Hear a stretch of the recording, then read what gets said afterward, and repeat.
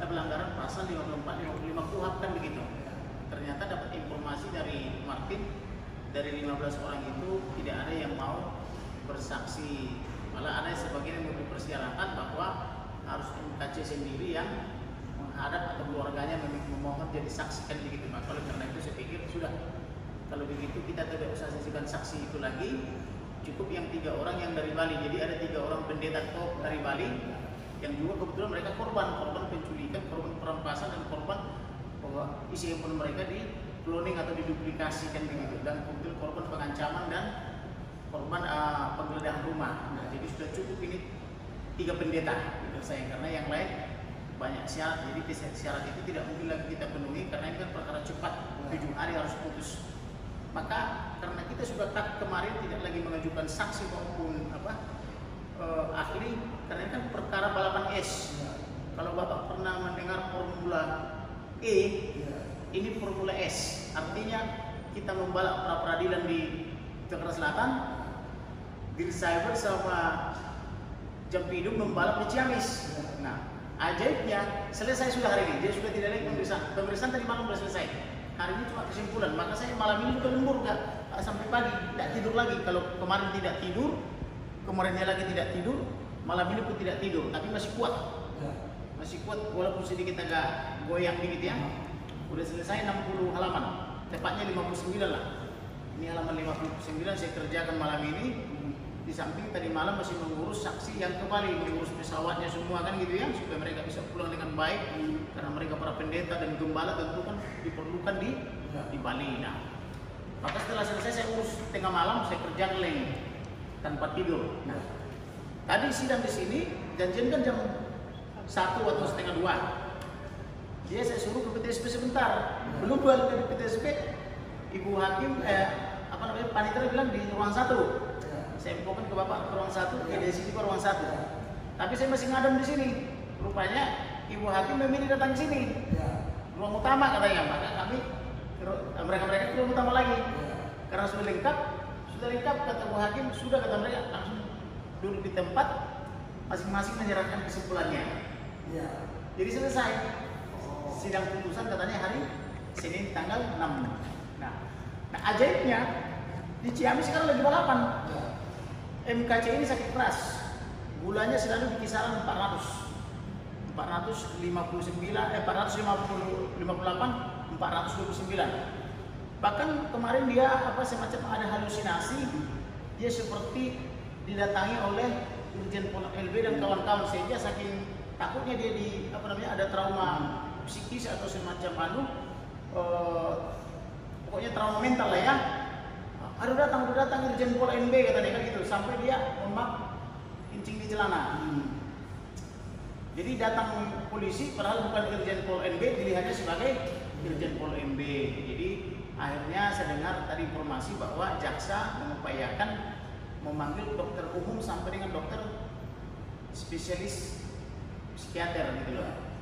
Jadi ada 4 dokter dipanggil, tapi sakit. Karena saya dapat WhatsApp dari polisi Polres bahwa masih sakit keras. Gulanya masih 458. Nah, tetapi karena ini balapan Formula S, mereka paksa sidang walaupun sakit. Jadi ditidurkanlah sekarang di kursi MKC-nya. Jadi terdakwa lagi tidur, tetapi surat dakwaan dibaca-bacain terus. Nah, dari 385 surat dakwaan yang berhasil dibaca sampai dengan tadi sebelum kita lihat baru 50 halaman. Jadi masih ada 335 halaman lagi yang mau dibaca. Padahal terdakwa sudah tidak dengar. Yang penting balapannya tercapai kan gitu. Nah, kita pemenang. Kita sudah selesai pemeriksaan acara pra peradilan, tinggal tunggu putusan. Jadi balapan di sana sudah kalah. Jadi tidak bisa alasan karena perkara pokok sudah diperiksa maka pra peradilan gugur. Karena di sana belum selesai diperiksa. Membaca dakwaan aja belum selesai. Baru halaman 50 dari 385. Nah, itulah kesalahan mereka, harusnya bikin dakwaan ringkas saja. Ringkas, padat, cermat, jelas, lengkap kan gitu. Cuma 50 halaman paling banyak. Nah, ini dibikin 385 halaman, kita udah selesai balapan Formula S di sini, mereka masih membalap. Masih berapa putaran lagi gitu. Nah, jadi begitu tidak salah kita pengacara Israel atau advokat Israel, pemenang kan gitu. Karena kita tinggal putusan, itu tidak bisa lagi membatalkan putusan pra peradilan karena belum selesai dibaca. Kita sudah selesai, tinggal tunggu putusan. Mereka belum selesai membaca kan juga. Itulah ajaibnya. Jadi yang saya maksudkan di sini, percayalah kepada Tuhan Yesus. Pasti selalu ada solusi. Dan kita menjadi pemenang. Karena kita adalah imamat yang rajani, Israel baru atau Israel rohani. Kan gitu. Itu Pak Pendeta. Terus saya dengar, ya karena waktu MKC di sidang Ciamis saya pagi jam 7 ya. Dipercepat. Di depan pengadilan itu dipersiapkan ambulan. Dipersiapkan 4 dokter, dipersiapkan ambulan. Padahal dari minggu lalu saya katakan, bantarkan dong ke rumah sakit, periksa dong ke dokter. Mereka seperti acuh tak acuh. Bahkan saya katakan, siapa tahu pemerintah tidak punya uang, belum dapat pinjaman, tidak apa-apa, kami yang bayar. Saya sudah rela kok membayar. Bahkan saya jual tanah saya sekarang ditawarkan supaya ada biaya. Jadi pemerintah nggak usah merasa terbebani untuk membayar uang berobatnya NKC. Kalau memang pemerintah belum punya uang, apa-apa tahu tidak bisa ketua dipaksakan punya uang. Oke, yang penting diizinkan dibawa berobat ke dokter. Saya yang bayar. Saya sanggup kok membayar orang membela perkara pro bono pun saya sanggup. Sudah dalam 2 tahun ini karena pandemi COVID. Sudah puluhan pro bono saya bilang untuk melawan presiden aja sudah saya bela itu kalau nggak 6 atau 7 perkara itu, malah satu di Bogor itu kita menangkan satu perkara melawan itu pemerintah pusat ya, termasuk menteri-menteri itu 21 miliar kita menangkan 21 miliar 782 juta ya. Di Pencikarang kita menangkan ada memang nggak terlalu besar 252 kira-kira 200 juta lebih lah. Lupa saya komanya berapa. Jadi maksud saya di sini kalau memang pemerintah kesulitan uang, dapat bilang aja sama Kamarudin. Saya yang bayar. Yang penting dibawa berobat. Jangan orang sakit dipaksa duduk di ruang kesakitan. Jadi dia jaksanya lagi baca-baca dakwaan, tapi terdakwanya tidur tidak mendengar karena sakit. Ini kan tidak adil buat terdakwa toh. Sedangkan dari bulan Agustus saya minta kepada Dirsaber Polri, kepada Kabar Reskrim, Kapolri, Kadif Propam, Presiden, Ketua DPR, semua lembaga yang ada saya minta tolong dong diobati. Kasihan gulanya terlalu tinggi, takut rusak organ-organ yang lain. Kalau saya kan penasihat hukum para dokter dan tenaga kesehatan, saya ngerti arti sakit gula. Gula itu bisa merusak mata, bisa merusak jantung, bisa merusak hati, bisa merusak ginjal. Apalagi gula dalam darahnya itu sangat besar, bisa mengakibatkan kebutaan, bahkan bisa jatuh dan stroke. Gitu, bisa mengakibatkan busuk hingga diamputasi. Nah, maka saya harus ingatkan teman-teman penyidik, mungkin mereka tidak mengerti arti sakit gula. Saya kan dari mukanya saya lihat udah ini sakit gula kan gitu. Akhirnya diakui juga oleh keluarganya kan, bahwa berobat Pak kontrol gulanya. Tapi karena ini perkara kebencian lagi-lagi seperti saya katakan kemarin, saking bencinya mereka kepada perkara ini, mereka tidak mau. Nah sekarang karena saya pra peradilan kan, karena lewat penahanannya 60 hari. Karena ditambah-tambahi pasal 14 ayat 1 dan 2 yaitu undang-undang nomor 1 1946 ditambah-tambahi pasal itu ancamannya 10 tahun supaya bisa memperpanjang penahanan sesuai pasal 29 30 hari lagi. Nah saya kan keberatan dong, langsung saya hajar pra peradilan tanggal 4. Di sini aja baru dimundurkan 3 minggu loh. Itu poin buat mereka. 3 minggu dimundur padahal peraturannya seminggu harus sidang dan harus selesai. Sejak didaftar dia harus selesai 3 hari. Nah ini diulur, udah dikasih 3 minggu, mereka nggak mau datang lagi. Dipanggil lagi, akhirnya saya kasih kepada ibunya, ayo harus sidang, ini sudah 2 kali panggilan sah. Mereka tidak mau menggunakan haknya. Tiba-tiba dibilang belum dapat surat kuasa, tapi datang ke persidangan satunya. Saya bilang tak peduli, you mau dapat kuasa atau tidak, dari mana you tahu ada perkara peradilan? Berarti you nggak mau ngurus kuasa kan? Begitu kita bilang begitu, besoknya langsung ada surat kuasa dan ada jawabannya. Sejak kita hari Senin sidang, Senin, Selasa, Rabu, ini Kamis kan sudah kesimpulan, tinggal tunggu putusan. Jadi sudah selesai pemeriksaan. Ya, jadi ibu hakim lagi tunggu putusan. Ya, ini para pemirsa ini kan ingin tahu ya, kenapa bisa kami nggak sempat mengikuti prosesnya. Karena cepat di persidangan. Padahal tadi waktu kita di parkiran, kita sudah janji itu kepada semua rekan-rekan, kami sudah sampai dan Bapak pengacara Kamarudin Simanjuntak sudah di sana dan sidang akan dimulai di ruang 1 katanya. Terus saya dapat kabar lagi pindah di ruang utama. Itu jaraknya saudara 5 menit. Saya ngomong tadi, kok bisa udah selesai? Kasih tahu prosesnya. Apa ya ini? Jangan lupa Pak, dengan dia sedih. Dia kan ke PTSP ngurus sesuatu. Saya kasih tahu. Dia tadi udah kemarin. Udah. Bapak suruh keluar sebentar. Dia keluar sebentar ke PTSP. Daftar sesuatu. Dia sih udah mau sidang, pindah dari ruang 1 ke ruang utama kan gitu. Ya ini antri kata dia. Ya terserah kamu mau datang ke sini atau mau tinggal boleh atau mau tunggu di sana kan gitu. Bapak juga langsung saya telepon, tidak diangkat. Kemudian saya WA juga kan. Nah, belum baca, mungkin Bapak lagi proses jalan toh. Nah, tahu-tahu semua udah lengkap di sini, pindah dari ruang 1 kan ke sini kan. Sudah lengkap, kata Ibu Hakim toh. Nah, dijawab oleh mereka, jaksa dan rombongan polisi, ada Sandi juga tadi, ada Rinoto ya, sama kuasa hukum termasuk Pak Saputra dari Kejaksaan Agung. Sudah Ibu katanya, udah langsung dulu kita buat masing-masing. Apakah kesimpulannya masing-masing sudah siap katanya? Sudah. Saya duluan memberikan karena saya penuntut toh, saya kasih ke ibunya satu ini yang asli. Kalau itu kan nggak dikasih ke lawan toh, dalam kesimpulan itu hanya dikasih kepada hakim tunggal. Kemudian saya kasih juga ininya soft copy-nya supaya mereka nggak capek ketik-ketik toh, dia tinggal mulai dari awal sampai akhir sudah di situ. Apa peradilan, kemudian terbukti, kemudian kesimpulan sudah di situ lah. Kemudian mereka juga ngasih. Malah mereka tadi belum bawa soft copy-nya, nanti janji mereka saya dengar di email kan gitu. Sudah selesai, maka ibunya mengumumkan sidang putusan hari Senin tanggal 6. Jadi pemeriksaan selesai, tinggal ibu lagi meramu putusan, yaitu dengan mempertimbangkan gugatan, jawaban, bukti penggugat pra peradilan atau penuntut pra peradilan, kemudian jawaban tertuntut sama tertuntut, kemudian bukti kita kurang lebih 80 sampai 100 itu dipertimbangkan, bukti mereka juga, kemudian mempertimbangkan saksi-saksi kita yang 3 orang.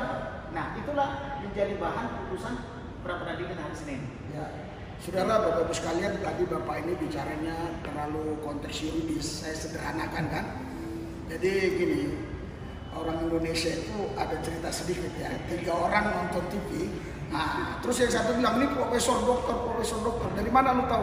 Yang diomong gua nggak ngerti gitu. Nah, jadi kan Bapak ini pengacara, dia konteksnya yuridis, jadi saya sederhanakan saja. Ternyata tadi waktu kita janjian sama saudara mau live di jalan itu jaraknya cuma 5 menit, saya sudah nyampe. Rupanya di sini acaranya cuma Bapak Kamarudin Simanjuntak pengacara yang kita kasih ini hanya menyerahkan ini kesimpulan. Ya, menyerahkan kesimpulan. Terus pihak Polri juga menyerahkan kesimpulannya. Terus hakim berkata, sudah. Nanti kita Senin kita lanjutkan putusan. Makanya saya telah. Tapi saya sederhanakan lagi. Ini karena balapan Pak. Kalau balapan kan lo tahu, balapan kuda, balapan motor cross kan. Kita di sini lomba balapan dengan Ciamis, makanya kami bagi 2 tim. Satu tim di sini 2 orang, saya dengan Desi. Satu tim lagi di Ciamis, Martin dan Febri. Nah, kita bagi 2 nih. Di sana mendengarkan, di sini membalap kan gitu. Nah, rupanya mereka baru sampai di putaran 50 dari putaran 385. Berarti mereka masih 335 putaran lagi. Perkiraan tengah malam nanti selesai. Jadi tidak bisa yang di sana mengumpulkan yang di sini karena di sana belum selesai kan gitu. Jadi sederhananya balapan Formula S.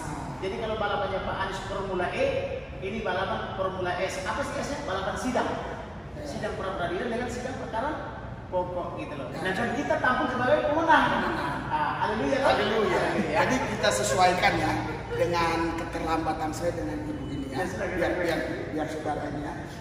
Bu, tadi kan ibu udah kemana? Nah, terus ibu ngapain keluar dari persidangan? Sedangkan persidangan udah mau mulai. Ada sesuatu yang harus didaftarkan. Iya, berapa menit ibu? Masih ngantri juga di sana. Iya, maksudnya tadi berapa menit di sana balik lagi kemarin? 10 menit kemarin udah selesai acaranya. Nggak ada lagi. Itu saudara. Jadi sama saya sampaikan 10 menit. Ya, jangan. Tapi bukan pembelian ini karena terlambat ya. Jangan salah saya. Tapi yang jelas luar biasa saudara ya. Saya melihat cara kerja pengacara ini. Saya tidak tidur loh. 3 hari tidak tidur. Saya akuin mereka cepat saudara. Bayangkan saya mempersiapkan terbukti. Ya. Pengantar bukti ya. Ya. Berikut yang menyusun buktinya, asli dan fotokopi, menempel meterai, menajikkan di kantor pos. Ya. Hampir 100 bukti. Ya. Itu mereka tidak nyangka itu. Ya. Dia tidak tahu kita bisa kuat 1 minggu tidak tidur. Ya. Itu kekuatan Elohim. Ya. Nah, kemudian masuk lagi tadi malam, tidak tidur. Malah saya sampai setengah malam itu masih mengurusin tamu yang dari Bali. Ya. Saya ajak makan dulu, mereka Ya. fotonya kan. Ya. Kemudian setelah saya makan, baru ke kantor berdoa. Kemudian saya pulangkan mereka ke kerabatnya, baru mengurus tiketnya pulang ke Bali, sudah dapat pesawatnya. Sudah clean itu tengah malam, baru saya kerja. Selesai jam 10 pagi. Selesai jam 10 pagi, langsung saya suruh perbanyak, saya mandi. Selesai mandi langsung jalan. Jadi saya tadi saya bilang kepada istri saya, siapkan vitamin dan air minum. Jadi saya modalnya datang sini vitamin dan air minum di mobil. Sampai di sini benar. Oh, padahal macet sekali tadi, tidak lama sidang. Nah itu pertolongan Tuhan, selalu tepat waktu. Jadi percayalah bahwa Tuhan itu nyata. Jadi kita tampil sebagai pemenang intinya. Better late than never. Lebih baik terlambat daripada nggak datang sama sekali. Jadi rekan-rekanku ya, saudaraku baik yang satu iman, ya, seukua dengan saya, percaya Yesus, maupun yang tidak seukua, tapi kita seukua dalam berbangsa dan bernegara, apapun agama saudara. Intinya keadilan harus ditegakkan di negeri ini. Ya. Kita bukan ada 3 Pak. Kita bukan masalah kepastian hukum, keadilan dan kemanfaatan. Jadi 3K. 3K. Kepastian hukum. 2K. Keadilan. 3K. Kemanfaatan. Itulah hukum yang ideal. Ini yuridis lengkapnya. Jadi simpelnya saudara, saya mau katakan ini sebenarnya bukan masalah Pak Muhammad Kc saja, bukan. Ini masalah bangsa dan negara kita. Supaya keadilan ini ditegakkan, bukan hanya untuk Pak Muhammad Kc, siapapun saudara nanti, entah orang Hindu kan, entah dia agama Islam, agama apapun. Lebih tegasnya lagi, supaya saudara-saudara dan kali atau ke depan tidak dipaksa di kantor polisi atau di Baris Krim Polri makan feses atau makan tai 1000 kali mohon maaf. Jadi kenapa saya perjuangkan ini bukan untuk Muhammad Kc saja, tapi untuk seluruh warga negara Indonesia, terutama rohaniawan. Apakah itu rohaniawan Kristen Katolik, apa itu rohaniawan Islam, Buddha, Hindu, supaya ke depan tidak dipaksa oleh polisi atau suruhannya makan feses atau makan tai. Itulah intinya Pak. Oh, jadi saya ini ada dapat impresi ya. Saya mau tanya Bapak ya. Ini kan karena kebetulan Bapak kan agama Kristen ini. Kebetulan si Pak Muhammad Kc yang terdakwa juga ini beragama Kristen yang diduga menista agama. Nah sekarang. Tapi dia agama Islam loh Pak. Iya, dia agama Islam. Yang tahu hatinya kan hanya Tuhan. Iya, KTP-nya agama Islam tapi dia percaya Tuhan Yesus lah. Ya.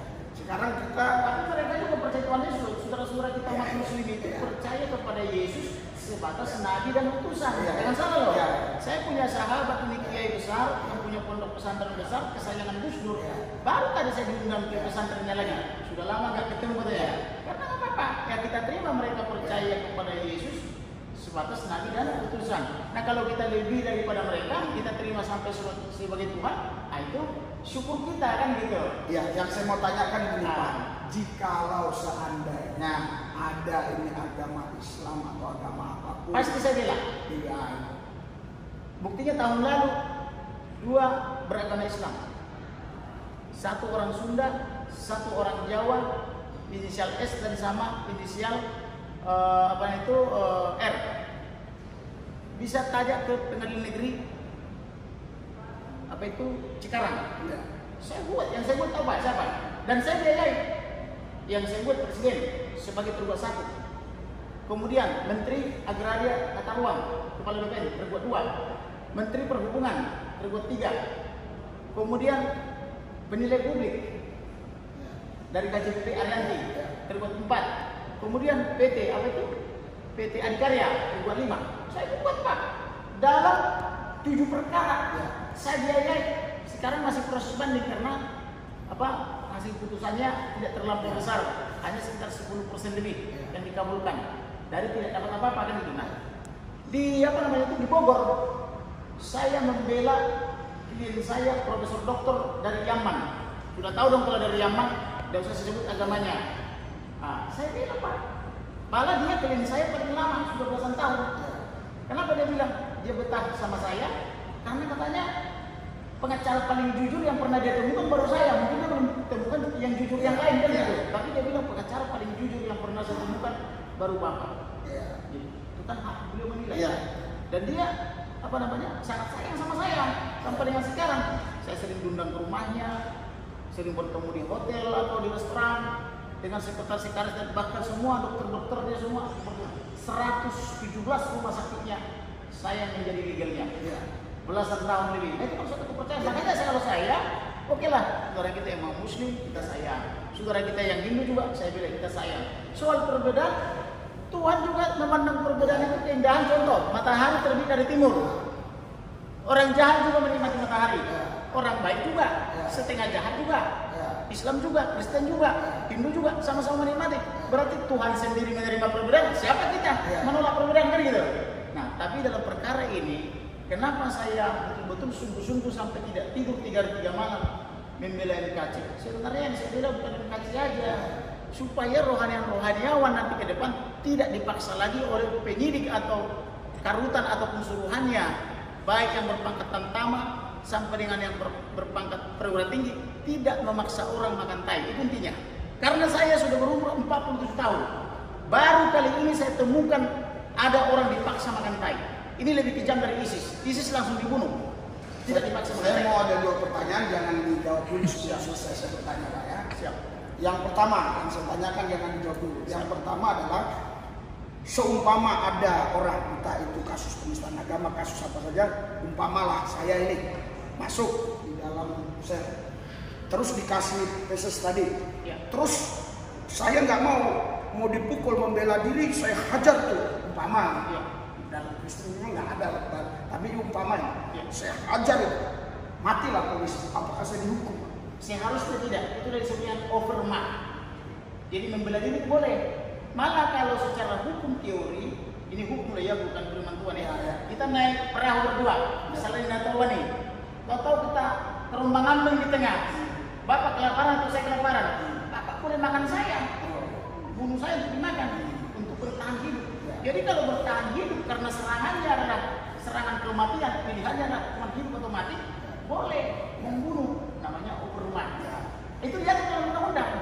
Gitu. Yang kedua tadi ya, karena pertanyaan saya yang awal itu Bapak jawabnya kurang tepat.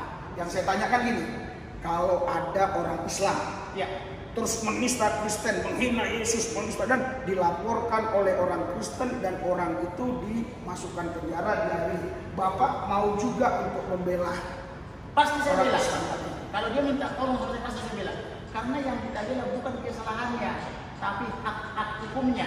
Karena diatur dalam pasal 50 sampai pasal 68 KUHP atau Undang-Undang Nomor 8 Tahun 1981 tentang hukum acara pidana, ada hak tersangka, ada hak terdakwa.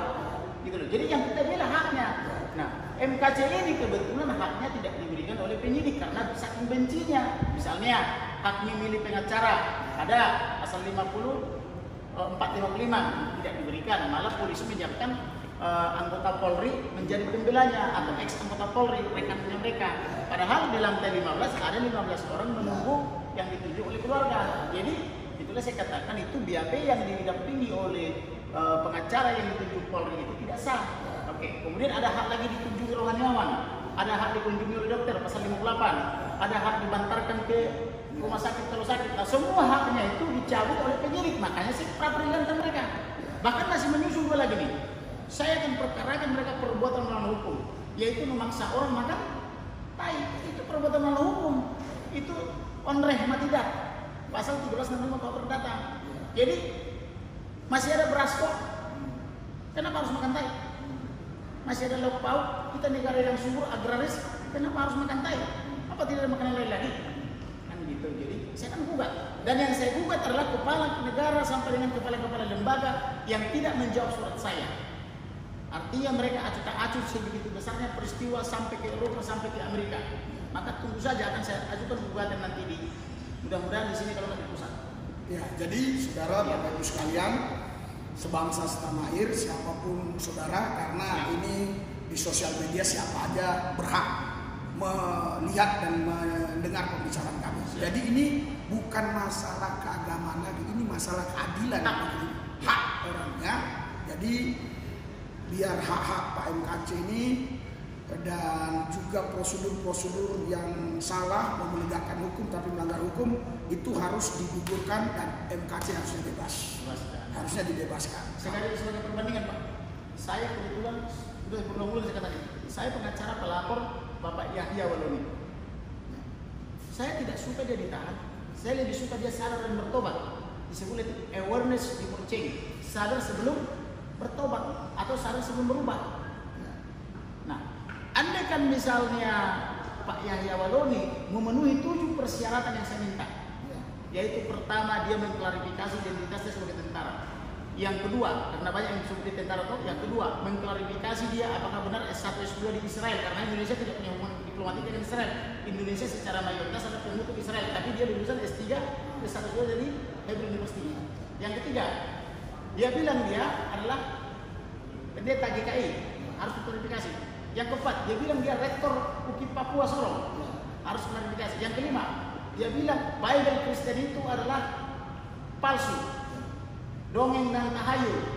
Dia sebut lagi Matius, Markus, Lukas, Stefanus, Titus, Spiritus, kan gitu. Harus diklarifikasi. Yang keenam, Roh Kudus yang namanya Tuhan kita itu, yaitu Roh Bapa dan Anak ada di situ, menyatu disebut sebagai Roh Kudus. Itu harus klarifikasi dan harus dicabut perkataan. Yang ketujuh, dia berdiri di samping saya menyatakan ketujuh itu, menyesal, dan saya undang wartawan dalam luar negeri, saya yang bayar. Kita tawarkan loh. Ketika penyidik Cyber Polri, bukan unit satu, unit lain, meminta saya untuk bertemu, saya kan bertemu dengan catatan penuh itu gini. Tetapi beliau memilih jalannya, yaitu mengganti pengacaranya ketika berada di sini persis, kemudian mengganti pengacaranya dan dia menyesal. Penyesalan dia itu langsung ditangkap oleh PGI, padahal PGI tidak punya andil. Maka saya marahin dong, siapa Anda? Anda kuasa bukan? Memang Anda lebih tinggi dari Yesus? Yesus saja bilang dosa kepada Roh Kudus tidak bisa dimaafkan atau diampuni. Saya pun tidak berani mengampuni itu, tidak ada hak saya. Dosa kepada Roh Kudus, urusan masing-masing kepada Roh Kudus. Tetapi yang mau saya katakan adalah negara menjamin kebebasan umat beragama. Diatur pasal 28. Ada hak di situ dijamin, hak asasi. Pasal 29, negara situ pemerintah menjamin. Jadi pasal 8, pasal 29, 245 pasal amandemen pertama, keempat sudah dijamin haknya dan pemerintah menjamin hak itu. Jadi soal mau beragama bebas, tidak usah dipersoalkan. Jadi jangan kita bertengkarkan agama. Atau agama itu urusan pribadi. Lu diterima apa tidak oleh Tuhan di surga itu kita nggak tahu. Jangan-jangan saya juga nggak diterima, tapi saya yakin diterima. Oke, mari kita sama-sama diterima. Kenapa harus bersaing? Oke, Bapak diterima, saya diterima. Kita ketemu di surga kan enak kan gitu. Benar nggak? Kenapa harus Pak Rizulus nggak diterima, yang diterima saya doang? Nah, itu yang bikin kecemburuan. Jadi jangan dipersoalkan agama, tapi kita adalah saudara karena kita keturunan Adam. Itu pertama. Yang kedua, kita saudara se-Asia. Kita saudara sebangsa, yaitu dari sama-sama bangsa Indonesia. Kita saudara sesama orang Batak. Kita saudara satu iman di dalam Kristus misalnya. Jadi kalau kita cari persamaan banyak, apa yang harus ribut? Saudara sesama manusia juga. Saudara sesama manusia dari Adam pun gitu. Saudara sesama warga Beja Selatan. Jadi kalau istilah sosiologi disebut memang of blood. Ada hubungan saudara karena darah, ada hubungan saudara karena satu kampung, ada hubungan saudara karena satu bis misalnya. Misalnya bapak sama saya naik bis, datang, mohon maaf nih, STM tertentu lah dulu misalnya, dilempar bisnya. Padahal tujuannya melempar bapak, tapi karena saya merasa bagian dari bis itu, saya hajar dia misalnya atau saya tangkap dia. Karena kita sama saudara satu bis, nah kan ini gitu, satu tujuan kan gitu, yaitu tujuan terminal Pulau Garing misalnya kan gitu. Saya dari barat, bapak dari timur atau selatan? Selatan. Nah, tapi kita bersaudara di selatan, nanti sore saya ke barat kan gitu. Jadi saudara bapak ibu sekalian semua, satu bangsa satu tanah air, kita minta supaya Indonesia ini betul-betul menegakkan hukum yang benar, keadilan ditegakkan. Nanti di putusan MKC ya itu kita serahkan kepada hakim tunggal, kalau nggak salah ya Ibu Batubara ya. Dan mudah-mudahan jaksa aja kuat membaca sampai tengah malam. Ya. Tapi kita udah selesai. Jangan sampai mereka stroke ya, kecapean. Nah, karena itu akan merepotkan kita juga nunggu lama lagi ya. Jadi kita doakan supaya nanti hari Senin hakim itu dikasih hikmat sama Tuhan bahwa ini MKC harus bebas. Kita doa Tuhan Yesus, kami bersyukur karena kami kami yakin percaya Tuhan pasti menjamah hakim tunggal di batubara kuasa mau bekerja, sehingga MKC bukan minta keringanan karena dia menurut yang kami tahu tidak salah. Kami minta dibebaskan di dalam nama Yesus. Amin. Kami percaya berapi Pak Komar kita, berapi semua, dan biarlah balapan-balapan yang ini yang menang pasti balapan Yesus. Balapan Ciamis pasti kalah. Terima kasih Bapak. Dalam Yesus kami berdoa. Amin. Luar biasa Pak Pendeta. Kalau Pak Pendeta ini berdua semangatnya.